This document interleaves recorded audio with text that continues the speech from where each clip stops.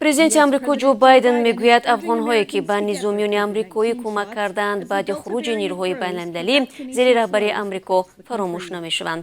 тибқи нақша нирӯҳои амрикоӣ то 11 сентябр аз Афғонистон берун хоҳанд шуд. рӯзи 24 июн дар қасри сафед президенти Амрико гуфт ҳазорҳо тарҷумон ва дигар афғонҳое ки дар Афғонистон ба нирӯҳои амрикоӣ ёрӣ расонданд ба ҳоли худ гузошта намешаванд. ба гуфтаи Байден раванди кӯчонидани тарҷумонҳо ба аҳли оилаҳояшон аз Афғонистон аллакай шурӯъ шудааст. имрӯз Ҷо Байден бо президенти Афғонистон Ашраф Ғанӣ ва раиси шӯрои олии мусолиҳаи миллии ин кишвар Абдулло Абдулло дидору гуфтугӯ хоҳад дошт. дар ин суҳбат раҳбарони афғон талош хоҳанд кард кафолати идомаи ёриҳои амрикоӣ ба нирӯҳои дифоӣ ва амнияти Афғонистонро ба даст доранд. бинандагони азиз, дар барномаҳои баъди тафсилоти мулоқоти раҳбарони Амрико ва Афғонистон пешкаши шумо хоҳад шуд, вале ҳоло рӯ меорем ба Афғонистон ва кишварҳои ҳаммарзи он. дирӯз дар вилояти ғарбии Ҳироти Афғонистон як гурӯҳи бузурги толибон силоҳашонро ба замин гузоштанд.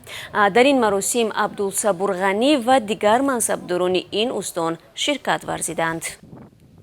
130 تن از جنگجویان وابسته به گروه طالبان که در ولسوالی‌های جنوبی ولایت هرات بیشتر فعالیت داشتند به پروسه صلح پیوستند. پیوستن این افراد میتونه به گونه قابل ملاحظه بر بهبود وضعیت امنیتی اثرگذار باشه. ما دعوت میکنیم و تقاضای ما از سایر مخالفین است که اسلحه خود به زمین بگذارند. طالبانی تسلیم شدن میگویند که میخواهند به حیات آسایشته برگشته در خدمت وطن باشند. حالا ما آمدیم اینجا به پروسه صلح افغانستان پیوستیم، یعنی با خدمت کنیم، دوباره خدمت واقعی برای مردم خود، برای خود، برای خانواده خود. هیچ گفتنی دیگه هم ندارم. ان شاءالله که همین پایدار باشه این صلح همیشه. هیچ جنگ و جدال خونریزی داخل افغانستان شاهد نباشیم. ҳафтаи ҷорӣ толибон дар марз бо тоҷикистон гузаргоҳҳои стратегиро ишғол карданд. баъд аз он раво дар ин гузаргоҳҳо манъ шуд. ҳарчанд толибон пешниҳод карданд ки тиҷорат бидуни монеа идома ёбад.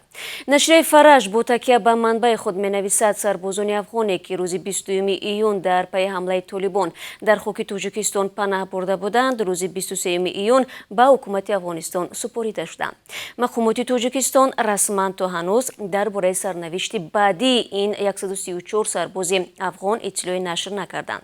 вазорати корҳои хориҷии Ӯзбекистон бо нашри як изҳорот гуфтааст рӯзи 23 июн дар натиҷаи задухӯрдҳо 53 низомии Афғонистон ва нирӯҳои мардумии ин кишвар бо силоҳҳои худ аз тарафи Шуртепа ба Ӯзбекистон гузаштанд.